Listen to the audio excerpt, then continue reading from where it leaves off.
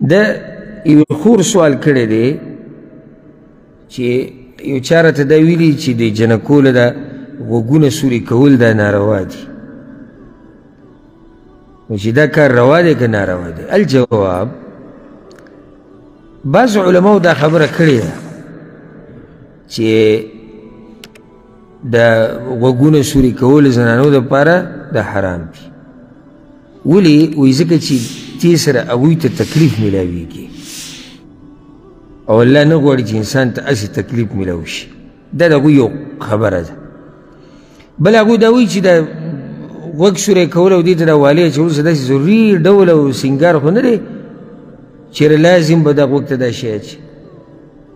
خو موږ د دلیل تابعدار یو، موږ د دې نه یو چې یاره بعضو علما دا ووایي. بعضو علماو چې دا خبره کړې ده نو د هغوی نه اورېده پکار دي چې د هغوی سره په دې څه دلیل. دا د هغوی سره عقلي خبرې دي.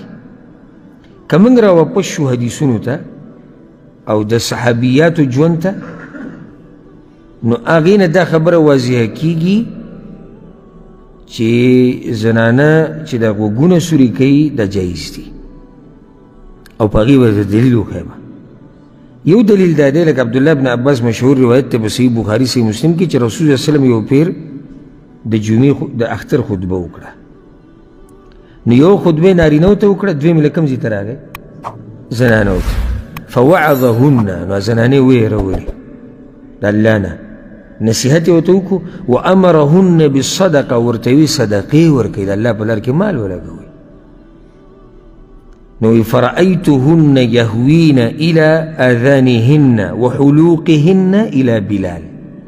نو ما ولیدي ګوره عبدالله بن عباس وی ما ولیدي چې دغه زنانو د خپلو غوږونو نه والی راغستې او بلال له یې ورکولې رضی الله عنه، ځکه بلال د رسول الله صلی الله علیه وسلم سره. دې نه څه ثابت شو؟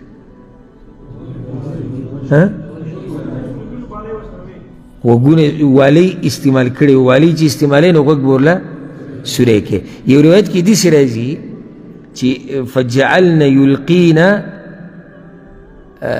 تلقي المرأة خرصها وسخابها. خرص په عربۍ کې د والی ته وایي او سخاب هغه امیل ته وایي چې هغه په دې مرۍ یا په سینه باندې د زنانه پروت وي. نو زنانو دا راواغسته د الله په لار کې صدقه کړي. دا دلیل مضبوط دی که نه دی؟ چې تاسو ته مضبوط ښکاره شي.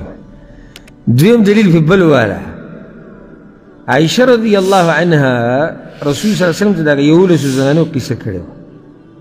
موږ په یو بیان دوو کې بیان کړی.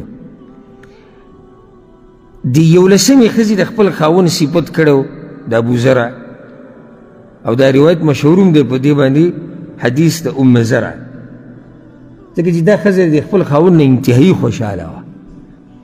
نو دې څه ویلي وو؟ وی زوجي ابو زرع، زما خاوند ابو زرع دی وما ابو زرع، او تاسو ته څه پته لري چې ابو زرع څوک څومره ښه سړی دی. اناس من حلي اذنیه، د سرو زرو نه د کالو نه زما غوږونه ډک کړي دي. ښه سړی دی. نو یو ښه کاري څه کړی دی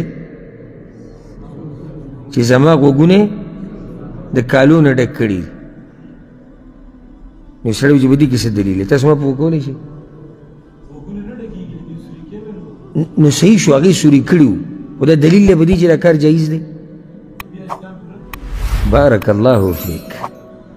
دا قصه عایشه رسول الله صلی الله علیه وسلم ته اورېده، خو رسول صلی الله علیه وسلم ته په آخره کې دا ونه وي چې عایشې صحیح ده، خو ګورې د ام زرع دا کار صحیح نه و، د غوږونو ته چې دا کالی اچولی دي.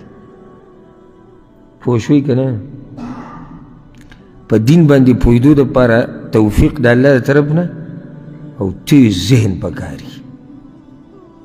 ځکه د علماو ته په دې نظر مه ګورئ چې یاره دوی معمولي کار کړی. تاسو ته دا پته شته دا ډاکټر او انجینیر او دا پایلټ او دا دوی یو فن سبق ویلی، یو قصه کې لګیایي، او عالم دی به امت ته هره مسله بیانوي.